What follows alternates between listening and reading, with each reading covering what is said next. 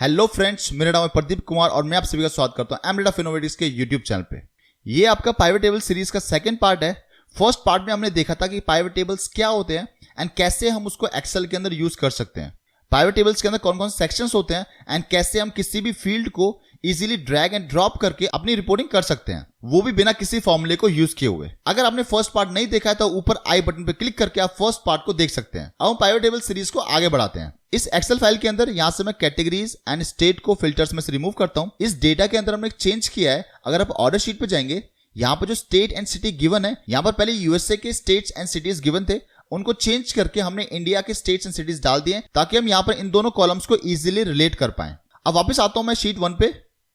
यहां पर मेरे पास सब कैटेगरीज का डेटा दिया हुआ है एंड उनकी टोटल सेल्स। इस डेटा को सिलेक्ट करके यहां से मैं इसके डेसिमल्स को रिमूव कर लेता हूं। यहां पर मैं टोटल सेल्स दी हुई है सारी सब कैटेगरीज की। अब यहां पर जो आउटपुट है वो मैं अमाउंट की जगह परसेंटेज में देखना चाहता हूं। तो यहां पर हम लोग मैनुअल कैलकुलेशन भी कर सकते हैं, बट हमेशा मैनुअल कैलकुलेशंस को अवॉइड करते हैं पाइवट टेबल्स के अंदर, क्योंकि कल को अगर आपका डेटा इंक्रीज होता है तो आपको जो मैनुअल कैलकुलेशंस है वो भी अपनी चेंज करनी पड़ेंगी जब भी आप अपने डेटा को रिफ्रेश करेंगे। एग्जांपल के लिए अगर यहां पर मुझे परसेंटेज में डेटा कैलकुलेट करना है तो हम क्या कर सकते हैं, हमें करना है इक्वल्स टू, अगर मुझे यहां पर एक्सेसरीज के लिए कैलकुलेट करना है तो एक्सेसरीज का data divide by total, and मैं इस टोटल को यहां पर फ्रीज कर दूंगा F4 से, हिट एंटर, एंड मैं इसी को कॉपी करके नीचे तक ड्रैग कर सकता हूं। होम टैब से परसेंटेज पे क्लिक करेंगे तो ये परसेंटेज में कन्वर्ट हो जाता है एंड इसको मैं 2 डेसिमल नंबर्स तक इंक्रीज कर सकता हूं। तो ऐसे हमने चेंज को कैलकुलेट कर लिया, बट कल को अगर ये डेटा इंक्रीज होता है तो ये वैल्यूज मेरी सारी गलत हो जाएंगी। इसी परसेंटेज को हम लोग पाइवट टेबल में कैसे कर सकते हैं, उसके लिए मैं सेल्स वाले कॉलम को एक बार ड्रैग करूंगा। यहां पर हमने सेल्स अमाउंट के कॉलम को 2 बार एक्सट्रैक्ट किया है। अब सेम कॉलम को कितनी बार भी एक्सट्रैक्ट कर सकते हो, उससे फर्क नहीं पड़ता। उसके बाद मुझे यहां पर जाना है एंड यहां से आप क्लिक करेंगे वैल्यू फील्ड सेटिंग्स। इसके बाद आपको जाना है शो वैल्यूज एज पे। यहां पर अभी आपको दिखाई दे रहा है नो कैलकुलेशन। इस ड्रॉप डाउन को ओपन करेंगे एंड यहां से आपको सिलेक्ट करना है percentage of grand total and okay. अब देखिए जितना भी डेटा आपका था सेल्स अमाउंट का वो सारा आपका चेंज हो गया परसेंटेज में।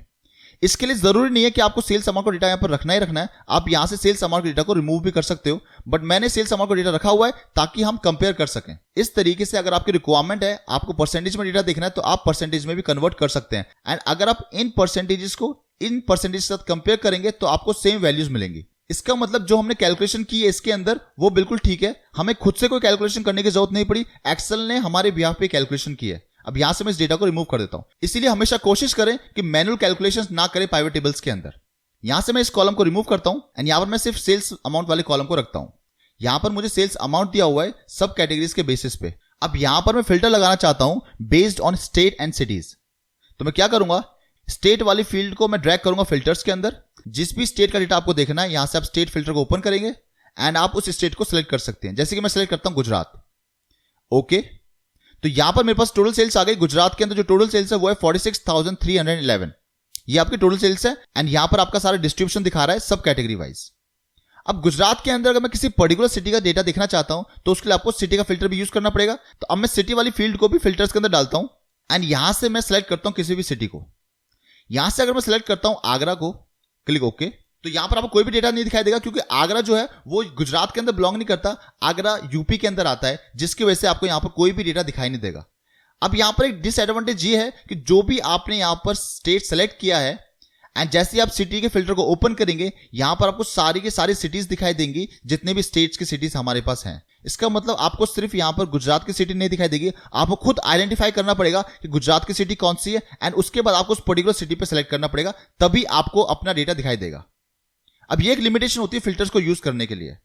हम क्या करेंगे, यहां से मैं स्टेट और सिटी दोनों को रिमूव करता हूं एंड इस लिमिटेशन को हम दूर करेंगे स्लाइसर्स की हेल्प से। स्लाइसर्स हम लोग कैसे यूज करेंगे, स्लाइसर्स आपका बिल्कुल फिल्टर्स की तरह ही यूज होता है। उसके लिए आपको जाना है पाइवट टेबल एनालाइज पे एंड आपको क्लिक करना है इंसर्ट स्लाइसर्स। आप देखेंगे तो ये फिल्टर सेक्शन के अंदर ही आता है। मैं क्लिक करूंगा इंसर्ट स्लाइसर पे एंड यहां से मैं चूज करूंगा state and city, click okay. तो इससे मेरे पास 2 स्लाइसर्स आ गए, एक मेरा सिटी का एंड एक मेरे पास स्टेट का। देखिए स्लाइसर्स का एडवांटेज ये होता है, अगर आपने यहां पर गुजरात पे क्लिक किया है तो आप देख पाएंगे कि जो भी सिटीज गुजरात से बिलोंग करती हैं वो आपके स्टार्टिंग में आ गई एंड उसके बाद जितनी भी सिटीज होंगी वो आपके नीचे रिफ्लेक्ट करेंगी एंड जो गुजरात की सिटीज हैं वो आपके हाईलाइटेड हैं, बाकी सिटीज आपकी हाईलाइटेड नहीं है। तो इस तरीके से आप इजीली आइडेंटिफाई कर सकते हैं कि कौन सी सिटी किस स्टेट के अंदर बिलोंग करती है। अगर हमने यहाँ पर हरियाणा सेलेक्ट किया तो यहाँ पर आपको सिर्फ और सिर्फ हरियाणा की सिटीज हाईलाइटेड दिखाई देंगी एंड उसके नीचे आपको सारी की सारी सिटीज का डेटा दिखाई देता है। अभी जो बाकी सिटीज हैं ये एक्चुअली हरियाणा से बिलोंग नहीं करती, इसीलिए ये आपकी हाईलाइटेड नहीं है। अब मैं इनको यहाँ से रिमूव करना चाहता हूं तो उसके लिए आप क्या कर सकते हैं, आपको सिटी वाले स्लाइसर पे राइट क्लिक करना है and go to slicer settings. यहां पर आपको सिलेक्ट करना है hide items with no data. इसका मतलब इस स्लाइसर के अंदर जो भी डेटा अवेलेबल नहीं होगा वो आपका हाइड हो जाएगा। Click okay. अब अगर आप गुजरात पे क्लिक करते हैं तो आपको सिर्फ उतनी ही सिटीज दिखाई देंगी, जो बाकी सिटीज हैं वो नहीं दिखाई देंगी। उसी तरीके से अगर आप क्लिक करते हैं हरियाणा पे तो आपको बाकी सिटीज भी नहीं दिखाई देंगी। जैसे आपने हरियाणा पे क्लिक किया तो हरियाणा के अंदर हमारी टोटल सेल्स है 38,127 एंड मैं अगर देखना चाहता हूं फरीदाबाद के अंदर तो जैसे मैं फरीदाबाद पे क्लिक करूंगा तो आपको यहां दिखाई देगा फरीदाबाद के अंदर टोटल सेल्स है मेरी 9,161। इस तरीके से आप स्लाइसर्स को यूज कर सकते हो। तो इसके लिए आपको कोई भी चीज याद करने की जरूरत नहीं है, आप किसी भी एक स्लाइसर पे क्लिक करेंगे दूसरे स्लाइसर के अंदर से वही डेटा दिखाई देगा जो अवेलेबल है। सेम स्टेट के अंदर भी मैं राइट क्लिक करके स्लाइसर सेटिंग्स पे जाके इस ऑप्शन को चेक कर सकता हूं। ओके, जब भी हम लोग रिपोर्टिंग करते हैं या डैशबोर्ड्स क्रिएट करते हैं तो वहां पर हम लोग स्लाइसर्स का बहुत यूज करते हैं, क्योंकि स्लाइसर्स की हेल्प से आपने डेटा को बहुत अच्छे तरीके से प्रेजेंट कर सकते हैं। यहां पर आप इन स्लाइसर्स को सिलेक्ट करके यहां से आप इनके डिजाइन भी चेंज कर सकते हैं जैसा डिजाइन आपको चाहिए। इसी को मैं और अच्छे तरीके से प्रेजेंट करना चाहता हूं तो मैं क्या कर सकता हूं, यहां से मैं स्टेट को थोड़ा एक्सटेंड करता हूं। यहां पर जो आपका कॉलम है इसके अंदर मैं डालूंगा 5, तो क्या होगा जो आपका स्लाइसर है वो 5 कॉलम्स के अंदर डिवाइड हो जाता है। इसी स्लाइसर को मैं थोड़ा और एक्सटेंड करता हूं ताकि जिससे मुझे सारे स्टेट्स क्लियरली दिखाई देंगे एंड मैं इसके नीचे फिर सिटी को डाल सकता हूं। इसको मैं एक्सटेंड करता हूं एंड यहां भी आप जितने कॉलम्स डालना चाहते हैं आप डाल सकते हैं। यहां पे मैं 5 ले लेता हूं एंड इस तरीके से आप इसको एडजस्ट करके यहां डेटा देख सकते हैं। यहां से मैं ग्रिड लाइंस को रिमूव करता हूं, व्यू पे जाके ग्रिड लाइंस को रिमूव एंड इस तरीके से आप अपने डेटा को प्रेजेंट कर सकते हैं। सिटी को मैं कोई और कलर दे देता हूं, लेट्स से ये वाला कलर ठीक है। अगर मैं यहां से सिलेक्ट करता हूं गोवा तो यहां मुझे सिर्फ और सिर्फ गोवा की ही सिटीज दिखाई देंगी एंड मैं जिस भी सिटी पे क्लिक करूंगा वो डेटा मुझे यहां पर रिफ्लेक्ट करता है। प्लस मान लीजिए मेरे पास एक सिटी है इलाहाबाद। अब मुझे ये नहीं पता इलाहाबाद किस स्टेट में बिलोंग करता है, तो जैसे ही आपने इलाहाबाद पे क्लिक किया तो आपको ये बताएगा कि किस स्टेट के अंदर वो सिटी बिलोंग करती है। तो ये वाइस वर्सा होता है, जहां भी आप क्लिक करेंगे दूसरे वाले स्लाइसर के अंदर सिर्फ उतना ही डेटा आपके पास अवेलेबल होगा। इसके लिए मैं आपको एक डैशबोर्ड दिखाना चाहता हूं जो हमने अपने क्लाइंट के लिए बनाया था। वहां पर आप इजीली रिलेट कर पाएंगे कि अगर आप स्लाइसर्स को यूज करते हो उससे अपने डेटा को बहुत अच्छी तरीके से प्रेजेंट कर सकते हैं। तो एक डैशबोर्ड है जो हमने अपने क्लाइंट के लिए प्रिपेयर किया था जो मैन्युफैक्चरिंग कंपनी से बिलोंग करते हैं। यहां पर आप देखेंगे तो हमने अलग अलग स्लाइसर्स लिए हुए हैं, जैसे कि कंपोनेंट नेम, कौन कौन से कंपोनेंट्स ये बनाते हैं, ऑपरेटर्स नेम, कौन कौन से ऑपरेटर काम करते हैं वहां पर, मशीन कौन सी है एंड कौन सी शिफ्ट में काम होता है। लेट्स से शिफ्ट यहां पर ए एंड बी शिफ्ट है, morning shift and evening shift. इन चारों स्लाइसर्स को हमने इस वाले चार्ट के साथ लिंक किया हुआ है। देखिए जैसे ही मैं PDC-03 मशीन पे क्लिक करता हूं ये आपको दिखाता है कि इस मशीन के अंदर सिर्फ ये 5 कंपोनेंट ही बनाए जाते हैं। तो यहां पर आपने बहुत इजी तरीके से अपने डेटा को फिल्टर कर लिया। अगर मैं सिलेक्ट करता हूं PDC-04 तो इस मशीन पे ये पर्टिकुलर कंपोनेंट बनाए जाते हैं एंड यहां पर अगर मैं क्लिक करता हूं अजय 2 पे, इसका मतलब PDC-4 के अंदर अजय ने सिर्फ इन कंपोनेंट्स पे काम किया हुआ है। एंड मैं यहां पर अगर शिफ्ट भी क्लिक करता हूं इसका मतलब PDC-4 के अंदर अजय ने इस वाली शिफ्ट के अंदर सिर्फ इन्हीं कंपोनेंट्स में काम किया है। तो स्लाइसर्स के थ्रू अपने डेटा को आप बहुत इजीली फिल्टर भी कर सकते हैं एंड वाइस वर्सा भी काम करता है ये। अगर मैं ऐसे सारे फिल्टर्स को क्लियर करता हूं, अगर मैं क्लिक करता हूं मान लीजिए कवर A21 पे, तो ये बताता है ये पर्टिकुलर कंपोनेंट इस मशीन पे चलता है एंड ये 6 ऑपरेटर्स हैं जो इस पर्टिकुलर कंपोनेंट पे काम करते हैं। तो इस तरीके से आप अपने डेटा को बहुत इजीली फिल्टर कर सकते हैं। वापस आते हैं हम लोग अपने डेटा पे, तो यहां पर आप मल्टीपल स्लाइसर्स अपने रिक्वायरमेंट हिसाब से कर सकते हैं। अब मैं यहां से इन स्लाइसर्स को रिमूव कर देता हूं। अब वापस आते हैं हम लोग अपने डेटा पे। अभी हमने यूज किया स्लाइसर्स, अब इस डेटा को मैं टाइम वाइज देखना चाहता हूं। अगर मैं ऑर्डर शीट पे वापस जाता हूं एंड मैं ऑर्डर डेट के अंदर आपको दिखाता हूं तो यहां पर हमारे पास टोटल 4 इयर्स का डेटा है, 2016, 17, 18 एंड 19। बट अगर मैं आपको कहता हूं मुझे यह देखना है कि 2019 के क्वार्टर 3 के अंदर कितनी सेल्स हुई है, या फिर मुझे 2019 एंड 2018 के क्वार्टर 3 को कंपेयर करना है, या फिर 2019 के अंदर फर्स्ट क्वार्टर के अंदर कितनी सेल्स हुई, वो भी आप बहुत इजीली पाइवट टेबल्स के थ्रू कैलकुलेट कर सकते हैं। उसके लिए आपको क्या करना है, आपको वापस जाना है इस वाली शीट पे। तो उसके लिए आपको क्या करना है, उसके लिए आपको जाना है पाइवट टेबल एनालाइज पे एंड यहां पर आपको एक ऑप्शन गिवन है इंसर्ट टाइमलाइन। ये भी आपका फिल्टर की तरह काम करता है, बट ये आपका सिर्फ और सिर्फ डेट्स पे काम करता है। जैसे मैं इस पे क्लिक करूंगा आपको यहां पर सिर्फ और सिर्फ 2 कॉलम्स दिखाई देंगे, क्योंकि जितने कॉलम्स का डेटा है हमारे पास सिर्फ यही 2 कॉलम्स है जहां पर आपका डेटा डेट के फॉर्म में है। टाइमलाइंस आपका हमेशा डेट पे ही काम करेगा। तो यहां से मैं ऑर्डर डेट को सिलेक्ट करके ओके करता हूं तो ये आ गया हमारे पास टाइमलाइंस। यहां पर हमारे पास 4 ऑप्शंस होते हैं, years, quarters, month and days. अपने रिक्वायरमेंट के हिसाब से जैसे आप डेटा देखना चाहते हैं आप सिलेक्ट कर सकते हैं। मैं सिलेक्ट करता हूं ईयर्स, तो यहां पर मुझे चारों साल का डेटा दिखाई देगा। जिस भी ईयर पे मैं क्लिक करता हूं यहां पर मुझे सिर्फ उतना ही ईयर का डेटा दिखाई देता है। 2019 मैंने सिलेक्ट किया तो यहाँ पर आपको सेल्स दिखाई देगी। 2019 के अंदर हमारी सेल्स है 3,57,260। अगर आप 2018 पे क्लिक करते हैं तो आपको उस ईयर की सेल्स दिखाई देगी। ईयर की जगह आप यहां पर क्वार्टर भी सिलेक्ट कर सकते हैं, तो अब आपको हर ईयर का क्वार्टर दिखाई देगा। अब यहां पर अगर मैं क्वार्टर 3 पे क्लिक करता हूं तो ये मुझे क्वार्टर 3 ऑफ 2019 की सेल्स दिखाता है, जो आपकी 88,000। सेम अगर मैं क्लिक करता हूं क्वार्टर 4 ऑफ 2018 तो ये आपकी सेल्स है क्वार्टर 4 के अंदर। इस तरीके से आप क्वार्टर वाइज भी डेटा देख सकते हैं। एंड सेम अगर आप क्लिक करते हैं मंथ पे तो ये हर मंथ का डेटा दिखाता है आपको पर्टिकुलर ईयर के लिए। अगर आप क्लिक करते हैं अगस्त पे 2019 के तो आपको ये डेटा दिखाता है कि अगस्त के अंदर जो टोटल सेल्स हुई है वो ये आपकी 32,833। तो इस तरीके से आप जिस भी टाइम पीरियड पे आप डेज वाइज देखना चाहते हो तो आप वो भी सिलेक्ट कर सकते हो। जिस भी टाइम पीरियड पे आप डेटा देखना चाहते हैं टाइमलाइंस को क्रिएट करके उस डेटा को आप देख सकते हैं। अब यहां से मैं टाइमलाइंस को रिमूव करता हूं। अभी हमने देखा कि किसी भी टाइमलाइन पे आपको कोई डेटा देखना है, सेल्स देखने या कोई भी डेटा देखना तो आप इजीली देख सकते हैं। बट अगर मुझे टाइमलाइंस पे डेटा को कंपेयर करना है, देखिए अगर आप कंपेयर करना चाहते हो 2018 एंड 2019 के क्वार्टर 3 के डेटा को, तो वो आप टाइमलाइंस के थ्रू नहीं कर सकते, क्योंकि वहां पर आप जो भी डेटा सेलेक्ट करोगे सिर्फ उतना ही डेटा आपको रिफ्लेक्ट करता है। तो उसके लिए हम लोग क्या करेंगे, यहां से मैं सब कैटेगरी वाली फील्ड को रिमूव करता हूं एंड यहां से मैं ऐड करता हूं ऑर्डर डेट को। जैसे ही आपने यहां पर ऑर्डर डेट को ऐड किया, यहां पर आपको 3 फील्ड दिखाई देंगी, years, quarters and order date. यहां पर आई थिंक ऑलरेडी एक फिल्टर लगा हुआ है, मैं पहले उस फिल्टर को क्लियर करता हूं। जब भी हम किसी भी डेट की फील्ड को पिक करते हैं तो यहां पर ये 3 चीजें दिखाता है आपका, years, quarters and order date. Order date का मतलब है यहां पर मंथ। सबसे पहले मैं इसका कलर चेंज करता हूं, कलर में मुझे इतना डेटा विजिबल नहीं है, तो मैं डिजाइन टैब पे जाके जो भी कलर आपको पसंद है आप कलर सेलेक्ट कर सकते हो। यहां पर आपका 4 साल का डेटा दिखाता है कि हर ईयर के अंदर आपकी टोटल कितनी सेल्स हुई। एंड अगर आप 2016 के अंदर और डीप जाना चाहते हैं तो आप इस प्लस साइन पे क्लिक करेंगे तो आपको एक क्वार्टर वाइज डेटा दिखाएगा। एंड आप और डीप जाना चाहते हैं तो आप यहां पर क्वार्टर पे क्लिक करेंगे तो आपको ये मंथ वाइज डेटा दिखाएगा। अब इस डेटा को अगर आप अपने हिसाब से देखना चाहते हैं, मैं इस 2016 को मिनिमाइज करता हूं। इन ईयर्स पे मैं राइट क्लिक करूंगा एंड यहां से मैं सेलेक्ट करूंगा ग्रुप, जिससे क्या होगा कि यहां पर आपको तीनों चीज दिखाई देंगी, मंथ्स, क्वार्टर्स एंड ईयर्स। यहां पर ऑलरेडी ग्रुपिंग हो रखी है, जो ग्रुपिंग आपकी वो मंथ, क्वार्टर एंड ईयर के बेसिस पे है। यहां से अगर मैं क्वार्टर्स को अनचेक करता हूं एंड क्लिक करूंगा ओके पे, तो ये आपको years and month wise data reflect करता है। सेम यहां से मैं राइट क्लिक करके अगर जाता हूं ग्रुपिंग पे एंड यहां से अगर आप सेलेक्ट करते हैं क्वार्टर्स एंड मंथ को रिमूव करता हूं, तब आपको जो डेटा है वो ईयर्स एंड क्वार्टर्स में दिखाई देगा। अपनी रिक्वायरमेंट के हिसाब से जो फील्ड चाहिए आप वो फील्ड रख सकते हैं। यहां से राइट क्लिक करके अगर मैं अनग्रुप करता हूं तो आपको इंडिविजुअल डेट्स दिखाता है कि हर इंडिविजुअल डेट्स पे आपकी टोटल सेल्स कितनी है। आप अगेन यहां पर ग्रुपिंग लगा सकते हैं एंड जैसे आपको चाहिए उस फील्ड को आप सेलेक्ट कर सकते हैं। अब यहां से मैं सेलेक्ट करता हूं ईयर्स एंड मंथ्स पे एंड क्लिक ओके। देखिए डेटा यहां पर मेरे पास आ गया ईयर एंड मंथ वाइज। अब यहां पर मैं मंथ को कंपेयर करना चाहता हूं ईयर्स के साथ, तो आप क्या करेंगे, तो यहां पर जो ऑर्डर डेट है उसका मतलब मंथ्स, तो यहां से मैं ईयर्स को मूव कर दूंगा कॉलम से, जिससे क्या होगा कॉलम वाइज आपका डेटा आ जाएगा, जहां पर आपको ईयर्स दिखाई देंगे एंड रोज के अंदर आपको अभी भी मंथ्स दिखाई देंगे। अब यहां से आप किसी भी पर्टिकुलर मंथ के लिए आप चारों ईयर्स का डेटा बहुत इजीली कंपेयर कर सकते हैं। इसी के अंदर अगर मैं क्वार्टर ऐड करना चाहता हूं तो यहां से आप क्या करेंगे, राइट क्लिक एंड ग्रुप, यहां से मैं क्वार्टर्स को भी ऐड करता हूं ओके।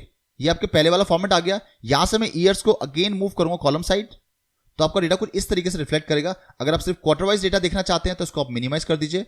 तो ये आपका क्वार्टर वाइज कंपैरिजन हो गया, किसी भी 4 साल का आप कंपैरिजन करना चाहते हैं। एंड अगर आप किसी भी मंथ का कंपैरिजन करना चाहते हैं तो आप उस क्वार्टर को ओपन कीजिए एंड उसके अंदर आप मंथ को भी कंपेयर कर सकते हैं। तो इस तरह का डेटा भी आप बहुत इजीली प्रिपेयर कर सकते हैं, जहां पर हमने कोई भी फॉर्मूला यूज करने की जरूरत नहीं पड़ी। बिना फॉर्मूले यूज किए आप इस तरीके की रिपोर्टिंग कर सकते हैं। अब यहां से मैं ऑर्डर डेट को और क्वार्टर को रिमूव करता हूं एंड ईयर्स को रोज में लेके आता हूं। अब मुझे कंपेयर करना है लास्ट ईयर के साथ कि in comparison of last year हमारी जो सेल्स है वो इंक्रीज हुई है या फिर डिक्रीज हुई है, एंड कितने अमाउंट से इंक्रीज या डिक्रीज हुआ है। तो उसके लिए मैनुअल कैलकुलेशन भी कर सकते हैं, बट जैसे मैंने बताया आपको मैनुअल कैलकुलेशन हम हमेशा अवॉइड करते हैं। तो यहां पर क्या करना पड़ेगा आपको, तो यहां पर मैं सेल्स अमाउंट वाले फील्ड को अगेन ड्रैग करूंगा वैल्यूज के अंदर। तो मेरे पास ये 2 कॉलम्स हो गए। मैं इस कॉलम को ऐसे का ऐसे ही रखना चाहता हूं ताकि हम कंपेयर कर सकें। मुझे क्लिक करना है यहां पर एंड यहां से मैं जाऊंगा वैल्यू फील्ड सेटिंग्स। यहां से मुझे क्लिक करना है शो वैल्यूज एज पे। यहां से मैं इस ड्रॉप डाउन को ओपन करूंगा एंड यहां पर मैं सिलेक्ट करूंगा डिफरेंस फ्रॉम। डिफरेंस फ्रॉम को सिलेक्ट करके यहां से मैं सिलेक्ट करूंगा प्रीवियस। वो क्यों, क्योंकि मुझे करंट ईयर को लास्ट ईयर के साथ कंपेयर करना है एंड उसका डिफरेंस निकालना है। एंड मैं क्लिक करूंगा ओके पे। ये मेरे पास कैलकुलेशन आ गई कि कितना सेल्स मेरी इंक्रीज या डिक्रीज हुई है as compare to last year. अगर मैं इसको मैनुअली कैलकुलेट करता हूं वैलिडेट करने के लिए, तो देखिए इक्वल्स टू ये मेरी 2017 के अंदर सेल्स है माइनस अगर मैं कंपेयर करता हूं 2016 के अंदर, हिट एंटर, तो मेरे पास 13,883 सेम सेल्स आपको यहां पर दिखाई देगी।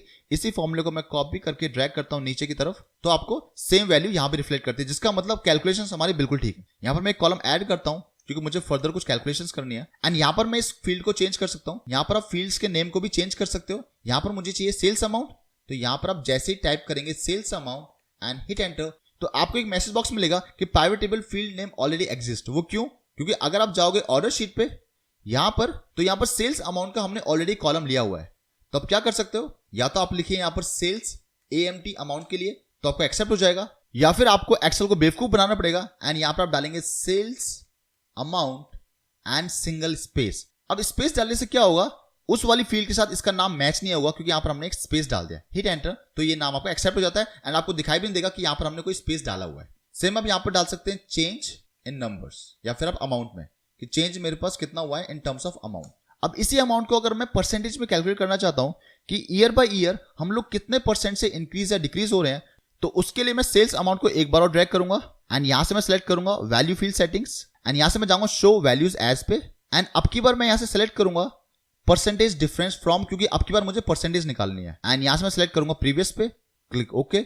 तो अब आपका जो डेटा है वो परसेंटेज में कैलकुलेट हो जाता है। देखिए इसी को अगर मैं वैलिडेट करना चाहता हूं, ये हमारा इंक्रीज था 2017 के अंदर, अगर मैं इसी के ऊपर चेंज निकालना चाहता हूं in terms of percentage as compare to last year, hit enter and इसी को अगर मैं कॉपी करके यहां पेस्ट करता हूं एंड इसके बाद मैं इसको परसेंटेज में कन्वर्ट करता हूं विद 2 डेसिमल नंबर्स, तब देख पाएंगे कि ये परसेंटेजेस एंड ये परसेंटेज दोनों सेम है। तो इस तरीके से आप बिना कोई भी मैनुअल कैलकुलेशंस किए हुए देख सकते हो कि मेरी सेल्स कितने अमाउंट से चेंज हुई है एंड कितने परसेंट से चेंज हुई है। एंड यहां पर मैं फील्ड चेंज करूंगा, यहां पर मैं डालूंगा चेंज एंड ब्रैकेट में परसेंटेज एंड अलाइनमेंट में सेंटर कर दूंगा। यहाँ पे ये होगी हमारी एक पाइवट टेबल। इसी के साथ में अगर आप एक पाइवट टेबल और क्रिएट करना चाहते हैं तो आप कैसे कर सकते हैं, उससे करने के 2 तरीके हैं। पहला तो ये कि मैं इसी डेटा को यहां से कॉपी करके कंट्रोल C एंड यहां पेस्ट करूंगा तो मेरे पास एक पाइवट टेबल और क्रिएट हो जाती है। अब मैं करता हूं कंट्रोल Z।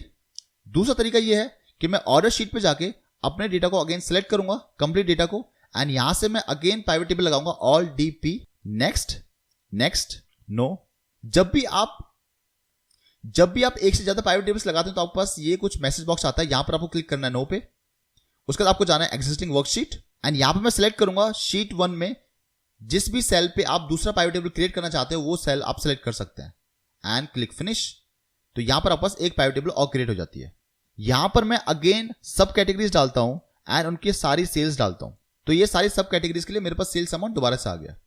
अब अगर मान लीजिए आपका डेटा यहां पर कोई भी चेंज होता है, अब यहां पर सेल्स अमाउंट मान लीजिए मैं चेंज करता हूं, बुक केसेस के अंदर मेरा सेल्स अमाउंट 262, इसको अगर मैं 5000 करता हूं, अब मैं जाता हूं शीट 1 के अंदर, तो यहां पर आपका अमाउंट अपडेट नहीं होता है। सबसे पहले मैं यहां से डेसिमल को रिमूव करता हूं। अब जो चेंज हमने यहां पर ऑर्डर शीट में किया है बुक केसेस के लिए सेल्स अमाउंट का, वो अमाउंट यहां पर अभी चेंज नहीं हुआ है। तो जब भी आप अपने डेटा के अंदर कुछ चेंज करते हैं एंड सेम चेंज अगर आप इसके अंदर अप्लाई करना चाहते हैं तो आप पाइवट टेबल के अंदर कहीं भी जाकर राइट क्लिक करना है एंड आपको क्लिक करना है रिफ्रेश पे। जैसे आप रिफ्रेश पे क्लिक करेंगे अब आपका ये अमाउंट अपडेट हो गया। एंड जितनी भी पाइवट टेबल्स हैं आपके पास, अगर आप सारी पाइवट टेबल्स को एक साथ रिफ्रेश करना चाहते हैं, क्योंकि अगर आप इंडिविजुअली जाएंगे तो आपको हर पाइवट टेबल पे जाके राइट क्लिक एंड रिफ्रेश करना पड़ेगा। बट अगर आप सारी पाइवट टेबल्स को एक साथ रिफ्रेश करना चाहते हैं तो आप यहां से पाइवट टेबल एनालाइज पे जाके रिफ्रेश एंड यहां से आप रिफ्रेश ऑल भी कर सकते हो, जिससे क्या होगा जितनी भी आपकी पाइवट टेबल्स हैं वो सारी सारी आपकी रिफ्रेश हो जाएंगी। अब यहां पर मेरे पास सब कैटेगरीज के लिए टोटल सेल्स तो आ गई। अगर मैं कोई चेंज करता हूं तो यहां से जैसे ही रिफ्रेश करूंगा मेरा डेटा भी अपडेट हो जाएगा। बट मान लीजिए कल को मेरे यहां पर एक नई एंट्री ऐड होती है, मैं इसी एंट्री को यहां से कॉपी करके यहां पेस्ट करता हूं, जहां पर मैं अपनी ऑर्डर आईडी को चेंज करता हूं। यहां पर मैं एक रैंडमली कोई भी ऑर्डर आईडी पिक कर लेता हूं, डेट्स में कुछ चेंज नहीं करता, कस्टम आईडी भी चेंज करने की जरूरत नहीं है मुझे। प्रोडक्ट आईडी मैं चेंज कर देता हूं, मैं कहता हूं यहां पर मेरे पास एक नया प्रोडक्ट आया है जो है आपका टेक्नोलॉजी कैटेगरी से एंड सब कैटेगरी इसकी मोबाइल्स। तो यहां पर हमने एक रो ऐड किया है एंड यहां पर अमाउंट डालता हूं मैं 5000। अब मैं जाता हूं वापस शीट 1 पे। अब क्या होना चाहिए, अब आइडियली जैसे मैं अपने डेटा को रिफ्रेश करूं तो मेरे पास जो अमाउंट है ये वाला एंड ये वाला दोनों अमाउंट्स रिफ्रेश होने चाहिए। बट अगर आप ध्यान से देखें ये दोनों अमाउंट अभी भी डिफरेंट है। इस वाली वैल्यू को चेंज किया था जब हमने इस पाइवट टेबल को तो रिफ्रेश किया था, बट इसको रिफ्रेश नहीं किया था, जिसकी वजह से ये वैल्यू अभी अपडेट नहीं है। अगर अब आप इसको रिफ्रेश करते हैं, रिफ्रेश ऑल, तो दोनों डेटा आपको सेम दिखाई देंगे। देखिए दोनों डेटा आपको सेम तो दिखाई दे रहे हैं, लेकिन यहां पर अभी भी जो लास्ट वाला अमाउंट था ये ऐड नहीं हुआ। एंड अगर आप ध्यान से देखें यहां पर आपका जो मोबाइल्स वाली सब कैटेगरी है वो भी ऐड नहीं हुई है। वो क्यों? क्योंकि जो एग्जिस्टिंग डेटा था उसके अंदर कोई चेंज नहीं हुआ, हमारे पास न्यू डेटा ऐड हुआ है। तो जब भी आपके पास न्यू डेटा ऐड होता है तो मुझे अपना सोर्स चेंज करना होता है। आपको जाना है शीट 1 के अंदर, तो पहले मैं ये वाली पाइवट टेबल सेलेक्ट करता हूं एंड यहाँ पर आपको जाना है पाइवट टेबल एनालाइज पे। उसके बाद आपको जाना है चेंज डेटा सोर्स।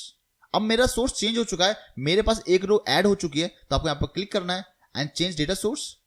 आपको लेके जाएगा ऑर्डर वाली शीट पे एंड देखिए यहाँ पर आपका जो फील्ड, यहाँ पर जो आपका पाइवट टेबल क्रिएट हुई है वो ये आपकी A1 से लेके P5009 तक। एंड इसको अगर मैं नीचे लेके आता हूं तो देखिए अब जो मेरे पास डेटा है वो 5009 तक नहीं है, मेरे पास 5010 वाली रो तक है। तो यहां पर मैं इसको अपडेट करूंगा 5010 एंड क्लिक ओके। एंड जैसे आपने ओके पे क्लिक किया तो यहां पर अब मेरे पास मोबाइल वाला एक फील्ड ऐड हो जाएगा जो है आपका या लास्ट में, एंड मेरे पास अमाउंट भी अपडेट हो गया। देखिए ये अमाउंट और इस अमाउंट में चेंज है आपका 5000 से, वो इसलिए क्योंकि हमने अभी सिर्फ इसी पाइवट टेबल के अंदर सोर्स को चेंज किया है। सेम हम लोग इसके अंदर करेंगे तो इसके अंदर भी डेटा आपका रिफ्लेक्ट करेगा। तो इस तरीके से हमें मैनुअली सोर्स को चेंज करना होता है। अगर आपके पास 8 से 10 पाइवट टेबल्स हैं एंड अगर आपका नया डेटा ऐड होता है, उस केसेस में आपको हर पाइवट टेबल के अंदर जाके अपना सोर्स चेंज करना पड़ेगा मैनुअली। इसी सोर्स को आप डायनामिकली कैसे चेंज कर सकते हो, ऑटोमेटिकली कैसे चेंज कर सकते हो, वो हम डिस्कस करेंगे नेक्स्ट वीडियो में। फ्रेंड्स नेक्स्ट वीडियो में हम लोग देखेंगे कैसे आप डेटा सोर्स को ऑटोमेटिकली अप्लाई कर सकते हैं ताकि आपको मैनुअली हर पाइवट टेबल के अंदर चेंज ना करना पड़े, एंड पाइवट टेबल्स के अंदर और क्या क्या एडवांस फंक्शंस हम यूज कर सकते हैं। फ्रेंड्स अगर आप एक्सेल से रिलेटेड कुछ भी सीखना चाहते हैं तो इस चैनल को सब्सक्राइब करें and press the bell icon ताकि इस तरह के इंटरेस्टिंग एंड नॉलेजेबल वीडियोस आप कभी मिस ना कर पाएं। मैं चाहता हूं आप भी लोगों का भला करें इस वीडियो को लोगों के साथ शेयर करके, ताकि वो भी इस तरह की इंटरेस्टिंग चीज सीख सकें। बहुत से लोग जो ऑफिस में काम करते हैं उन लोगों को ये ट्रिक्स नहीं पता होती है, इन ट्रिक्स को जान के वो अपने काम को बहुत ही ईजी तरीके से कर सकते हैं। फ्रेंड्स नेक्स्ट वीडियो में आपसे बहुत जल्दी मुलाकात होगी, तब तक के लिए good bye and take care.